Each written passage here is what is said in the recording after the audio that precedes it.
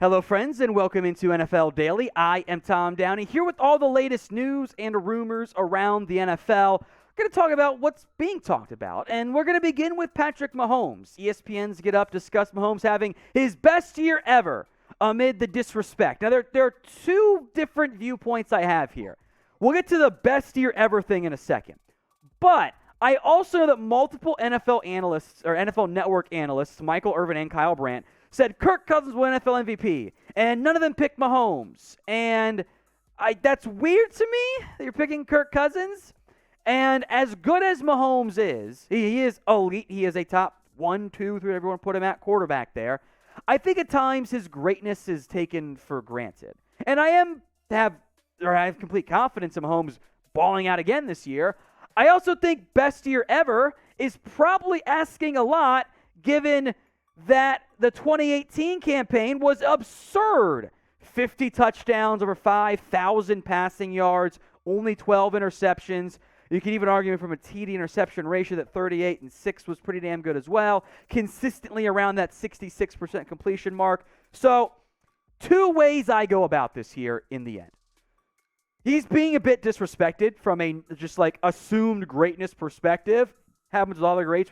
They're great, so we just move on from them and don't give them the respect that they deserve. But also, best year ever is probably asking for a lot, given what he's done in the past. So, NFL MVP. Who do you think it'll be? Is it Mahomes? It's somebody else? I like Justin Herbert as a trendy pick, but the favorites among are nearby Mahomes. Who do you think wins NFL MVP? Let me know in the comments section. Let's talk Dak Prescott. A lot of national conversation on him today, in large part because of the Ringer posting their 2022 quarterback rankings. All the starting quarterbacks ranked, so no Deshaun Watson in that conversation. They had Dak 7th among NFL quarterbacks, citing his football intelligence in particular. They gave him the nose ball sticker, which is like the fun little tag they give a bunch of different quarterbacks there. If you talk, listen to, or follow the media, coaches, and players who study the game closely, there are examples of those in all three categories who don't actually do that.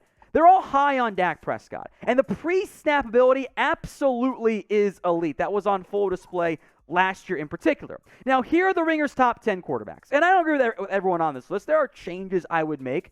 No mistake about it. Rodgers is 1, Mahomes is 2, Herbert's 3, Brady's 4, Allen's 5. I might flip Allen and Herbert myself, by the way. Russ is 6, Dak is 7, Lamar's 8, Burrow's 9, Kyler's 10. I was confused there was no Matthew Stafford in there. We're leaving Deshaun Watson out of the conversation, so that is about the right number there. I think Dak falls in the tier of he's not in the Rodgers, Mahomes, Brady, etc. That's unrealistic and not based in reality. That remaining tier, guys like Russ, Dak, Lamar, Burrow, Stafford, etc., absolutely. There's about 11 for me, top 10 quarterbacks if we include Deshaun Watson. Now, Shannon Sharpe got on Undisputed today and hated Dak Prescott's ranking with a fire of a character who just wants to get attention from that standpoint there. Now, he said Dak Prescott might not be a top 7 quarterback in the NFC, which, to be clear, is stupid and wrong. And we'll break that down in a minute. But I want to focus in on the top 10 aspect here. Is Dak Prescott a top 10 quarterback in the NFL? Y for yes, N for no. This is the pinned comment on today's video. So if an ad break comes here on YouTube, take advantage of it. Head down there and let me know. Now, Dak's past 4 years have been nothing short of incredible relative to the rest of the NFL. And that's like not Mahomes incredible, obviously, but he's performed in every metric you could want as a top 10 quarterback. Yet for quarterbacks, including Dak Prescott and guys like Lamar Jackson since his MVP year, we find excuses to say why, they're really great, but we don't like them all that much. Shannon Sharpe said he'd take Kirk Cousins over Dak Prescott. There's nothing Kirk Cousins does on or off the field that is better than what Dak Prescott does. To say I'm sure he's a top 7 NFC QB is really stupid for a national media person to say. Let's go through the NFC QBs, right? Aaron Rodgers, Tom Brady.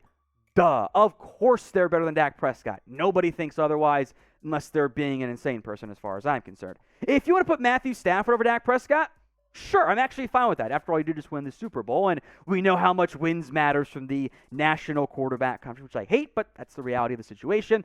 Kyler Murray, No. I think Murray could become better than Dak Prescott, but he hasn't done it yet at all. People were worried about Dak's collapse last year. Murray was even worse. And maybe it's just me, but I don't like it when my quarterback has a homework clause in his contract because that's unheard of. And also Kirk Cousins. No. Even if you think all 5 guys are better than Dak Prescott, who are the other 2 NFC quarterbacks you're saying are better than Dak? Jameis Winston? And by the way, these numbers are the ringer quarterback rings, which I don't agree with from a lot of the back half, but whatever. Jameis Winston, Marcus Mariota, Baker, Hurts, Geno, Trey Lance, Justin Fields have upside, but they're certainly not there yet. Jared Goff, Daniel Jones, Carson Wentz, like those guys are bad. So the idea that those guys are better than Dak absolutely makes no sense, and as far as I'm concerned, kind of just ruins the argument altogether from that standpoint. Now, today's show is made possible by our sportsbook partner, BetUS. Head over to chatsports.com/bet. Use promo code NFLDaily for a 125% deposit bonus. That's chatsports.com/bet, promo code NFL. Asked earlier, who's going to win MVP? Well, here are the betting odds for it. Josh Allen plus 700, Mahomes, Brady all plus 800, Rodgers, Herbert plus 900. Not an accident. Those were the top 5 QBs. If you polled every person in the NFL, your top 5 would probably look something like that overall. Maybe Herbert's the guy that isn't in that top 5. So it makes sense. Those are the MVP favorites from that standpoint.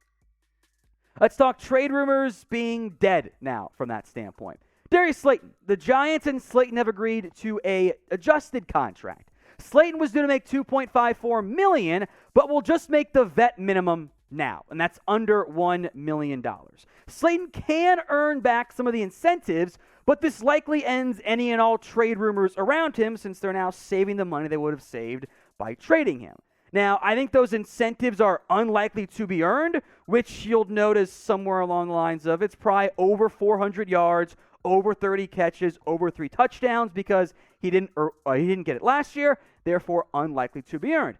And he might not get it this year. Kenny Golladay has been Kenny Golladay from that standpoint there. Sterling Shepard has been he's been banged up, but he's healthy now. Kadarius Toney is, when out there, is a damn good football player. Wan'Dale Robinson's second-round pick this year. Slayton's kind of fallen down that depth chart. He fits the vertical stretch role. With the restructure, he's back in New York. I wouldn't anticipate a trade from that perspective. So cross Slayton off your dream trade targets or candidates list. With him gone, name a player in the comments section who you want to see traded. We keep you covered here at NFL Daily with all the latest news and rumors. That's trades, injuries. We'll get to some of those in a minute here. So if you want free videos every single day, hit that big red button and subscribe. It's youtube.com/chatsportstv. Let's hit injury news as the elite quarterback himself, Joe Flacco, has been named the Week 1 starter for the Jets amid Zach Wilson's injury. And somehow this has gone from, Wilson might start Week 1 to he's actually out at least 3 weeks.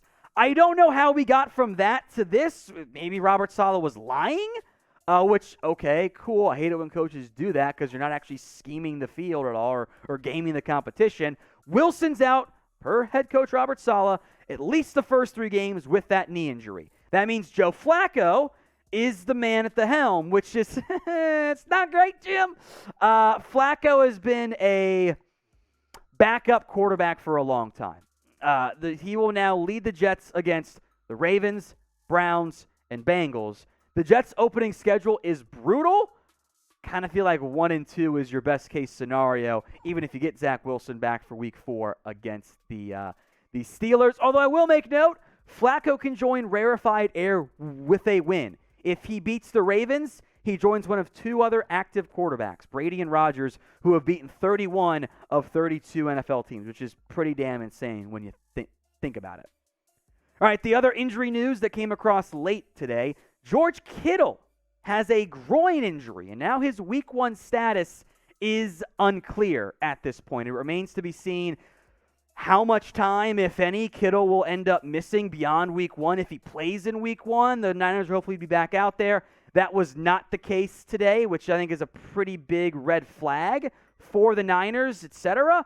I am hopeful that Kittle's able to return. He's a great player when healthy. The Niners need him out there to help, open up lanes in the running game and the passing game as well. I am just concerned that maybe that ends up not being the case. So we'll wait and see for George Kittle, the health, etc., but things are a little bit dicey from that standpoint. It's certainly one worth monitoring, especially if you are a 49ers fan, as it relates to the health of one George Kittle. If you made it to the end of today's video, you're a real one. So type real one for me in the comment section.